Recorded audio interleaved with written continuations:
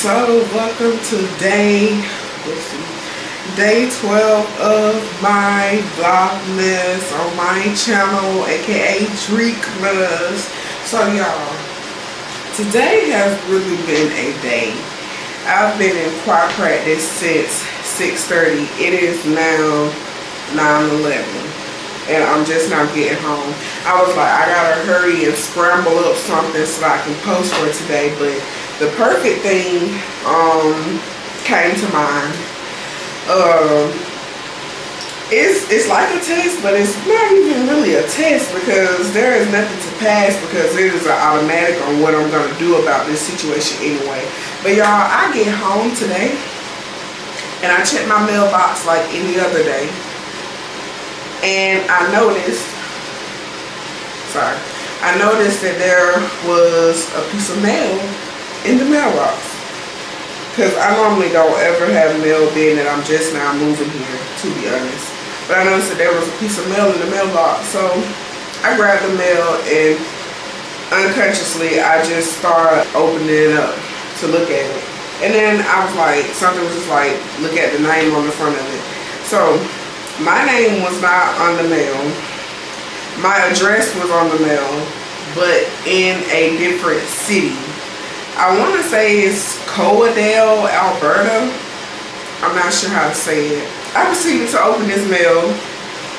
I unraveled it, unfolded the letter, and there was a check in this piece of mail. I will not disclose the amount of money that the check was written out for, but just know that it was 4 digits. I'll say it was in the thousands. And so that's what really made me flip the envelope over to see the name. So I quickly took this check and I rolled it back up into the documentation that it was rolled up in, and I placed it back in the envelope and I sealed it back, and I'm gonna put some tape on it in just a little bit. I had to go buy some tape.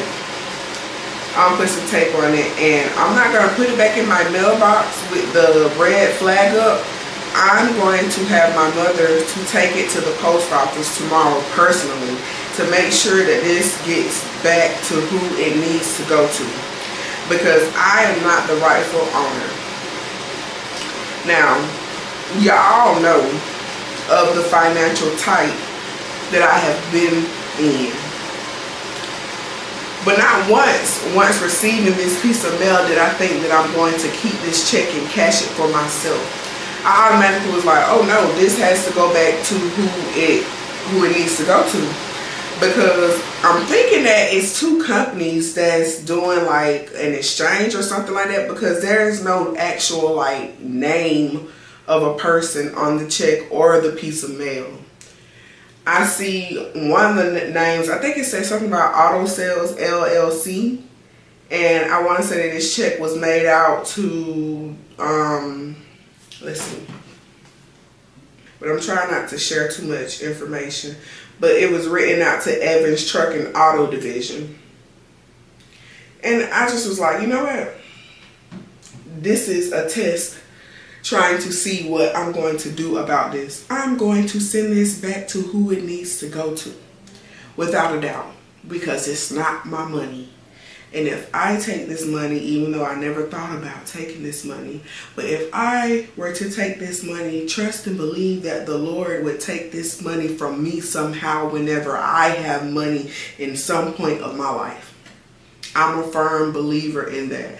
That's why I always encourage people, like, if you found something and you know it does not belong to you, first try to find the rightful owners of whatever that may be. Now, if you have searched high and low and you cannot find the owners of whatever it may be, or there's just like no solution to it, then pray about it and ask God what He wants you to do about it. But if you know good and well that something does not belong to you, then don't take it, because the Lord will take it from you somewhere on down the line. It may not all be at once, but it will most definitely be over a period of time. I have saw it happen.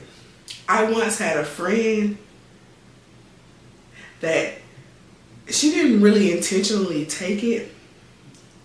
No, she intentionally took it. She was in a bad place in her life and she needed some money, and she found some money in a purse in the bathroom, and she didn't even think to like try to like maybe put the purse on Facebook or something like that. The purse didn't have an ID in there or anything like that, but she took the money. She took the money. And I remember like months on down the line, she would get school checks and it's like the money would just fly out of her hand. And I truly believe that it was because she did not at least try to find out who that purse belonged to. Like, she literally took the money from out of the purse, didn't even try to scramble through the purse to try to find any kind of identification, even though she checked the bill folder and there was no ID present. But I truly feel like if she had searched that purse a little more, she could have found some kind of personal belonging with a name on it or something that could have put her on the right track. But she was in a bad place and she did it, and so she kept the money, she pocketed it, and then on down the line when she started getting school checks, she couldn't keep the money. Tires started going flat on her vehicle. She just started owing out a lot of money, and I truly believe that it was because of what she had done. And I remember I told her that it was because of what she had done, and she got pissed at me. But I don't believe that I was wrong. So on top of me just being the type of person that I am, like, I don't do good with stolen goods. Like, I would never take anything that does not belong to me because I am not a thief. When I got this letter, I immediately was like, Heavenly Father, I'm so sorry for opening it. I'm just assuming that because it came to my house that it was my mail, just not even really thinking and just ripping it open just because I don't get mail too often. And then when I realized, as I was unfolding the letter and the check fell out onto the floor, I'm just like, I don't recognize any of these documentations. So I was like, let me go back to the front of this envelope and read it. And that's when I read that none of the stuff had any of my information on there.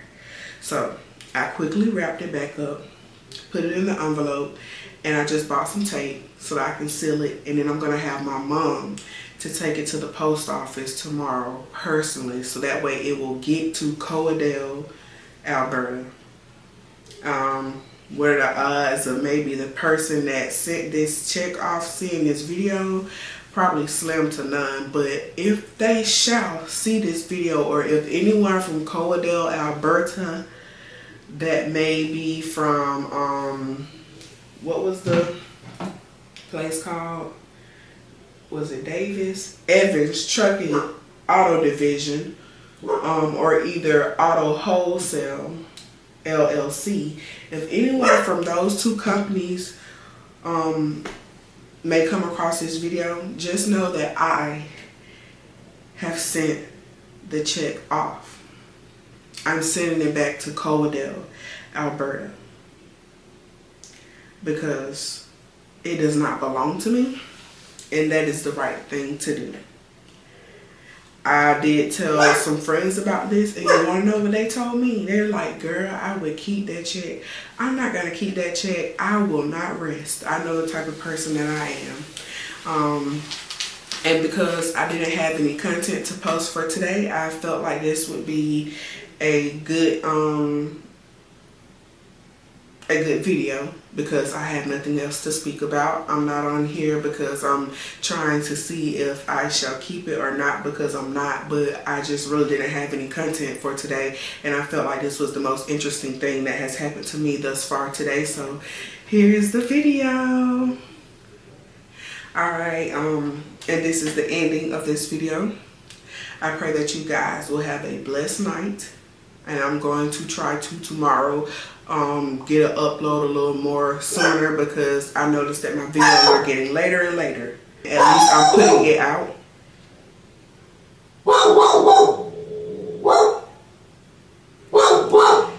Okay, so Zealand hears people outside, so I'm about to end this video, but thanks for watching day 12 of my Vlogmas.